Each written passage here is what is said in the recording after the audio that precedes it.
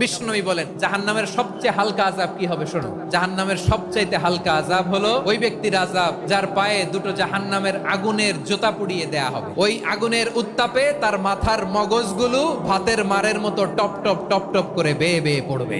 জাহান্নামের অবস্থা এত ভয়ঙ্কর হবে, জাহান্নামের ভেতরে লক্ষ লক্ষ কোটি কোটি কাফির মুশরিককে দেওয়ার পরেও জাহান্নাম বলবে আরো আছে নাকি, আরো দাও, আমার ক্ষুধা নিবারণ হয় নাই। জাহান্নামে তো উত্তপ্ত হবে, জ্বলন্ত হবে, ভয়ঙ্কর হবে। জাহান্নামের এক অংশ আরেক অংশকে খেয়ে ফেলবে। আল্লাহু আকবার।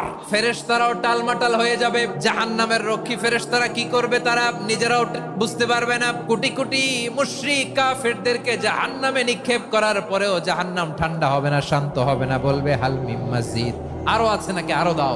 তখন আল্লাহ তাআলার কুদরতি পা জাহান্নামের ভেতরে ঢুকিয়ে দিবেন। দেয়ার সাথে সাথে জাহান্নাম থেকে আওয়াজ আসবে কাত কাত বিইজ্জাতিকা ওয়া বিকদরিক। আল্লাহ বিইজ্জাতিকা ওয়া বিকারামিক, আল্লাহ আপনার ইজ্জতের কসম, যথেষ্ট হয়েছে, এনাফ এনাফ। সুবহানাল্লাহ পড়তে পারলেন না মজা করে?